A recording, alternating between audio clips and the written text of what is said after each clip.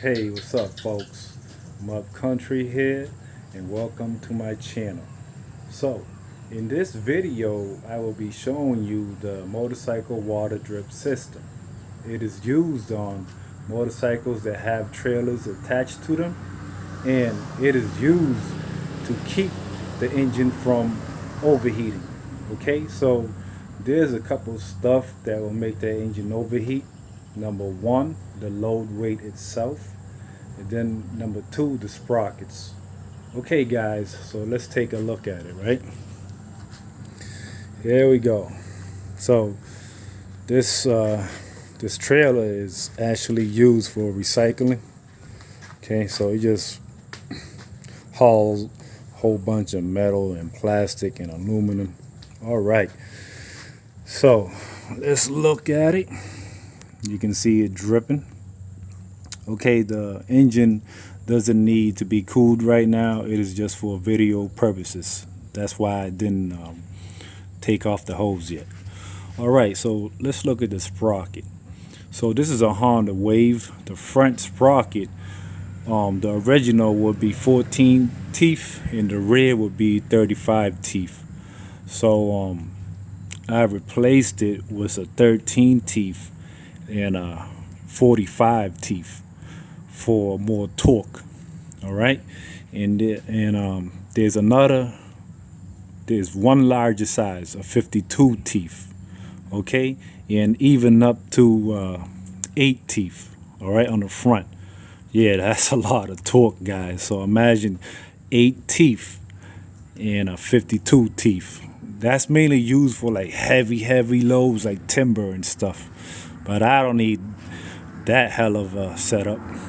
Okay, so with these modifications, it will cause the bike to work a lot harder and it will run slower. This is an air-cooled engine now, so if it's working a lot harder and running a lot slower, then that means there's not that much air passing through it. Okay, and whatever I'm towing around that day, the weight of it itself, it will just reduce the motorcycle speed, but the inner mechanisms will work so hard, so that's why it'll get hot. So this is to keep it from overheating, because I do not want to do a top end rebuild.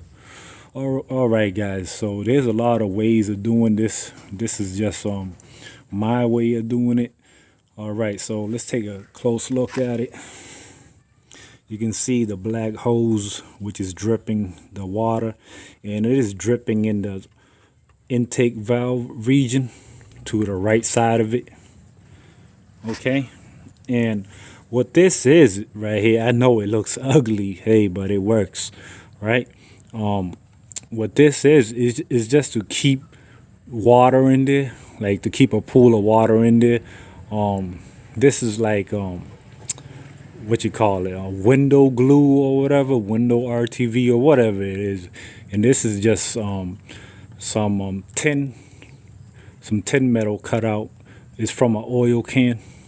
All right, I'll just show you the oil cans real quick, just in case you're interested in doing it the same way. You know, oh, here we go, right there. So that has been cut out to store in the water. All right, so I'm gonna show you the other side, guys.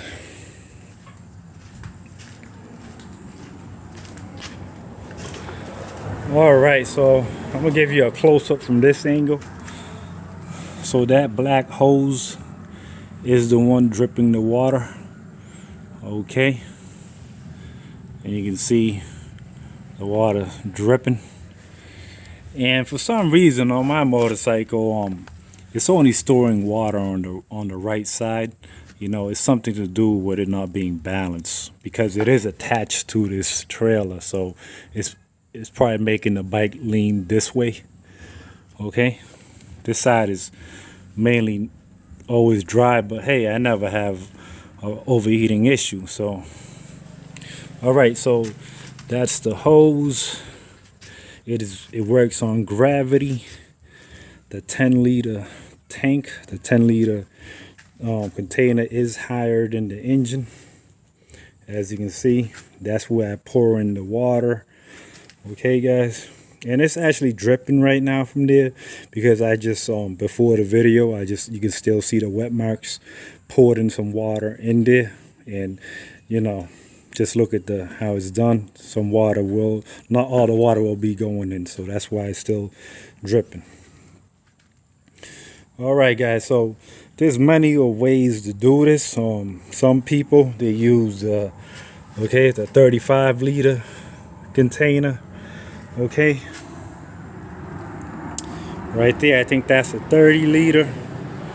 35, yeah, that's a 30-liter. 35. Some people, they will actually put it up here. The higher the better, but this works fine for me.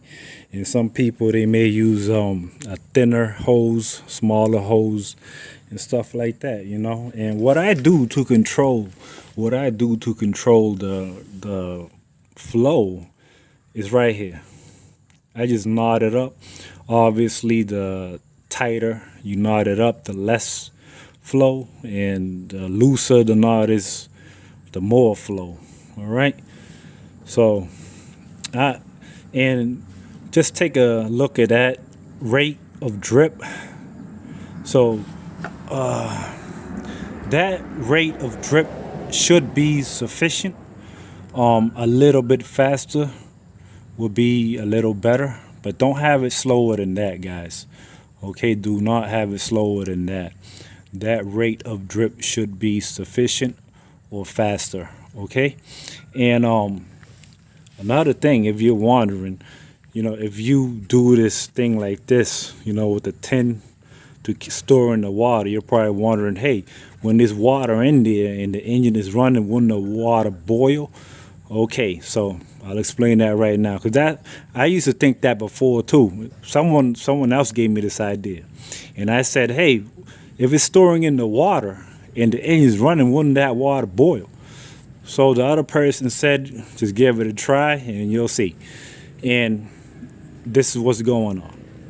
So if your rate of flow is sufficient, if it's fast enough, it'll just keep on dripping all that hot stuff down to the earth, right? But if you see it starting to boil, okay, if you see it starting to boil, that means that thing, your hose, is dripping too slow. Okay, it's dripping too slow.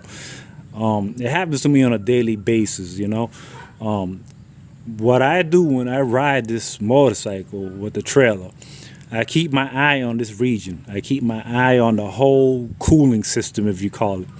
Sometimes I will see it boiling, and then I inspect it, only to find out that this hose is dripping too slow. And then I loosen that knot to make it drip faster, and then I ride again. It will stop boiling because it's dripping so fast now.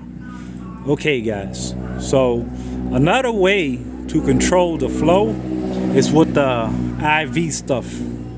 With the IV stuff that you buy, you can control the flow with that. But if you use that, you will need to use the IV hose, which is smaller but it's sufficient too.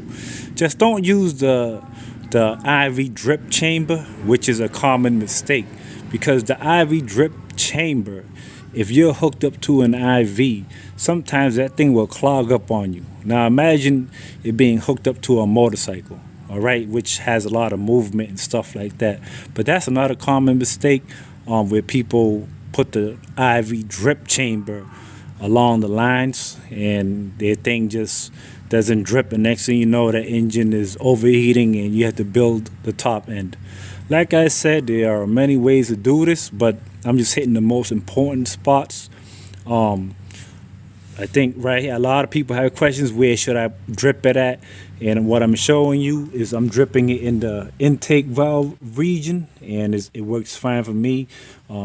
It holds water from there all the way to the back of this cylinder right here. But like I told you before, on the left side of my motorcycle, it doesn't hold the water. But I think that's because, it being hooked up to this thing is making the bike lean to the right. Okay, So that's where I drip it at. Some other people, they would drip it right where the cylinder meets the cylinder head. Right here, where the cylinder meets the cylinder head. Some people will drip it there. And then they would jam this whole thing up, the fins, the air cooling fins. They'll jam it up with a cloth to keep in the water. I think that works too. Matter of fact, it does work too, because not everyone does it like this. So they just drip it right there where the cylinder meets the cylinder head. Put some cloth to retain the water. Hey, there's a lot of ways of doing it.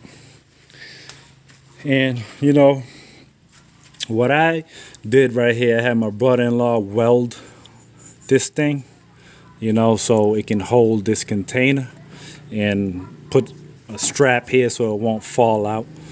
All right, some people, they weld the bracket up here, you know, to put the container up there, but I don't want to do that, because in case, you know, I have some people riding with me, they will sit right there, or I can put more stuff up here.